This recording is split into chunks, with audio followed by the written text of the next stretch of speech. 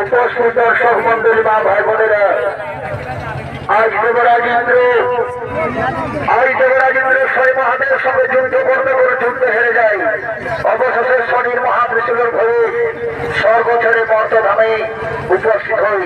মর্তধামের বদ্ধ শরীরে শব্দেই সেখানে ইন্দ্রের বস্ত্র শক্তি হরণ করে নির্বাহীকে সায় ধরে দেবরাজেন্দ্র ধীরে ধীরে একজন বলেছে উপস্থিত হয়েছে। আর ইন্দ্রের ঘরে অভিনয় করে দেখাবেন আপনাদের সকলের নিত্য সুপরিচিত শিল্পী ওস্তাদ উত্তম কুমার মাহাতো।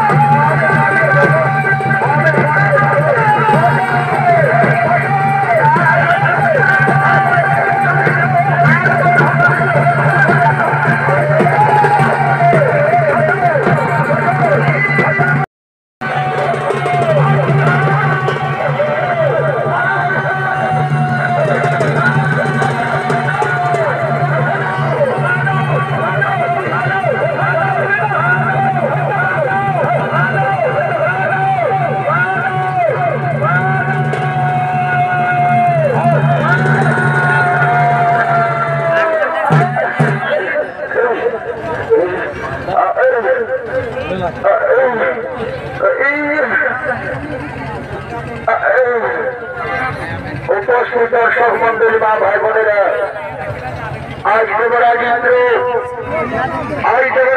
শনি মহাদেবের সঙ্গে যুদ্ধ করতে করে যুদ্ধ হেরে যায়। অবশেষে শনির মহাত্রিশূলের ভয়ে স্বর্গ ছেড়ে মর্তধামে উপস্থিত হই। মর্তধামের বদ্ধ শরীরে শব্দেই সেখানে ইন্দ্রের বস্ত্র শক্তি হরণ করে নির্বাহীকে সায় ধরে দেবরাজেন্দ্র ধীরে ধীরে একজন বলেছে উপস্থিত হয়েছে। আর ইন্দ্রের ঘরে অভিনয় করে দেখাবেন আপনাদের সকলের নিত্য সুপরিচিত শিল্পী ওস্তাদ উত্তম কুমার মাহাতো। একটি বিশেষ ঘোষণা। হ্যালো, আওয়াজে শুনলাম আমি কোথায়, আমার শক্তি কোথায় গেল, আমার বস্ত্র কোথায় গেল। দাদা, আমি আর হাঁটতে পারবো না, জল বিকাশে মুখ শুকে যাচ্ছে, এদিকে আবার অন্ধকার হয়ে আসছে।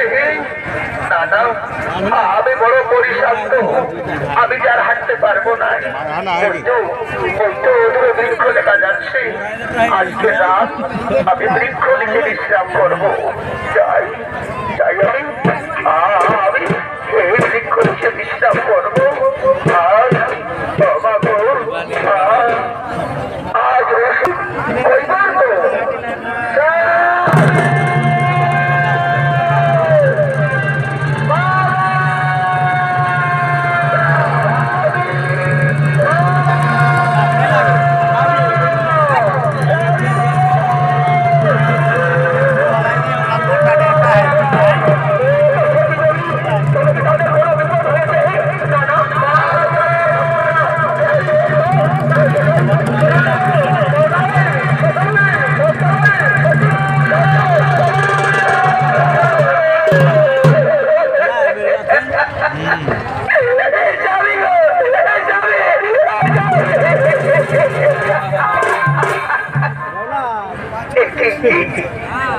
একে করলে সচি জয়ন্তকে কেন নিয়ে এলে এখানে?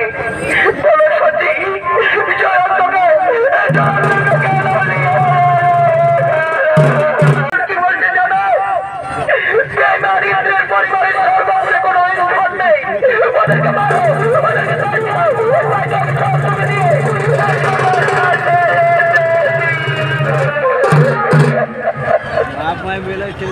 লোকের ঘরে এটুকু লাগালি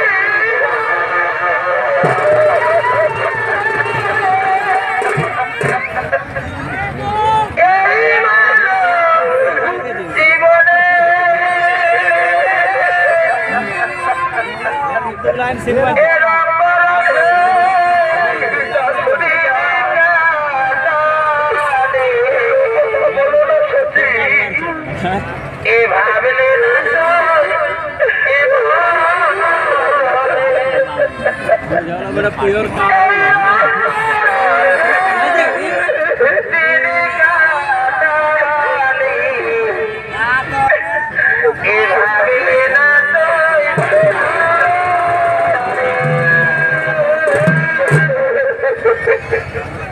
বাবা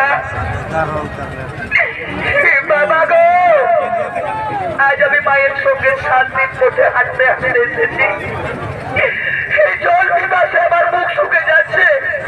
আমায় একটু জল দাও না বাবা, নইলে আমি মরে যাবো বাবা, আমি মরে যাবো, আমি মরে যাবো।